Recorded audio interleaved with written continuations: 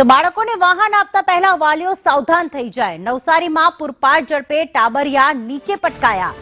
આ બંને ટાબરિયાઓ મોપેડ પર જઈ રહ્યા હતા અને રોડ ઉપર પટકાઈ ગયા હતા। નવસારીના દ્રશ્યો સામે આવ્યા, જેમાં નાના ટાબરિયાઓ જ્યારે મોપેડ લઈને જઈ રહ્યા હતા એટલી ઓવર સ્પીડ હતી કે તેઓ બેલેન્સ જાળવી ન શક્યા અને પટકાઈ ગયા હતા રોડ ઉપર। આપ જોઈ રહ્યા છો કે મોપેડ લઈને આ બંને ટાબરિયાઓ જઈ રહ્યા છે।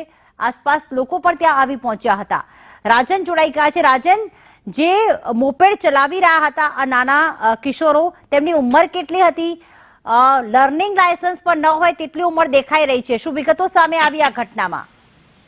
જી બિલકુલ પ્રીતિ, તમે બિલકુલ ચોક્કસ સાચું જ અનુમાન લગાવી રહ્યા છો। આ બાળકો જે છે એમની પાસે લર્નિંગ લાયસન્સ પણ નહોતું અને બંને બાળકો જે છે એ વાલીઓ માટે ચેતવણી રૂપ આ કિસ્સો બન્યો છે। કારણ કે આ નાના બાળકોને જ્યારે વાલીઓ ગાડી વાહનો આપી દેતા હોય છે, પેટ્રોલથી ચાલતા વાહનો આપી દેતા હોય છે, પરંતુ બાળકો તેને કઈ સ્પીડે હંકારે છે તેને જોવાની તસ્દી વાલીઓ લેતા નથી। તેમના માટે આ ચેતવણી રૂપ કિસ્સો છે। જ્યારે આ બંને બાળકો નવસારી શહેરની અંદર મોપેડ લઈને નીકળ્યા હતા અને સ્પીડમાં ગાડી હોવાને કારણે તેમનું વાહન રસ્તા ઉપર પટકાય છે, પરંતુ સદનસીબે ટ્રાફિકથી ધમધમતા આ રસ્તા ઉપર સામેથી કોઈ વાહન ન આવવાના કારણે બાળકોનો સદનસીબે બચાવ થાય છે। પરંતુ મહત્વનું કહી શકાય કે બાળકોએ આ કિસ્સો જોઈને ચેતી જવું જોઈએ અને નાના બાળકોને વાહન ના આપવા જોઈએ। આભાર રાજન તમામ વિગતો માટે।